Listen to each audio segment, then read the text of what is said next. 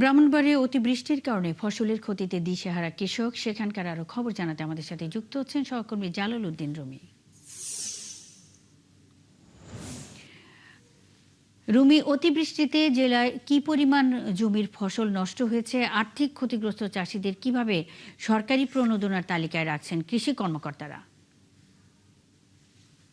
আমি এখন আছি ব্রাহ্মণবাড়িয়া সদর উপজেলার রামরাল ইউনিয়নের একটি তরমুজের জমিতে।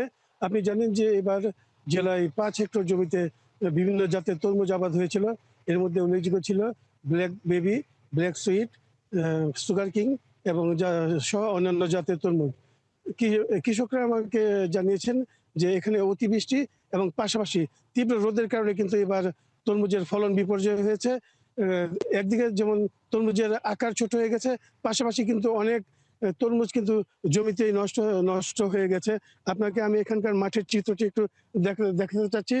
আপনি এখানে দর্শকদের সুবিধার্থে আমি এখানে দেখাচ্ছি যে এখানে কিন্তু বিপুল পরিমাণ তরমুজ কিন্তু মাঠেই কিন্তু ছড়িয়ে ছিটিয়ে, পচা তরমুজ কিন্তু মাঠেই ছড়িয়ে ছিটিয়ে আছে।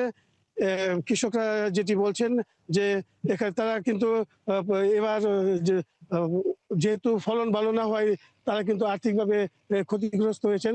তারা বলছেন প্রতি বিঘা জমিতে তরমুজ আবাদ করতে তাদের খরচ হয়েছে 40 থেকে 50 হাজার টাকা, এবং প্রতি বিঘা জমির তরমুজ তারা বিক্রি করে 80 থেকে 1 লাখ টাকার মতো পেয়েছেন। কিন্তু যদি ভালো ফলন হতো সেই ক্ষেত্রে কিন্তু তারা প্রায় দ্বিগুণ দামে এসব তরমুজ বিক্রি করতে পারতেন। তারা কিন্তু ক্ষতি কাটিয়ে ওঠার জন্য তারা কৃষি বিভাগের সহায়তা চেয়েছেন। আমি এই বিষয়ে কথা বলেছিলাম জেলা কৃষি সদর উপজেলা কৃষি কর্মকর্তার সাথে। তিনি আমাকে বলেছেন যে ক্ষতিগ্রস্ত যে কৃষক রয়েছেন তাদের তালিকা প্রণয়নের কাজ চলছে। সরকারিভাবে যদি কোনো প্রণোদনা পাওয়া যায় সেই ক্ষেত্রে তাদের অগ্রাধিকার ভিত্তিতে সহায়তা করা হবে।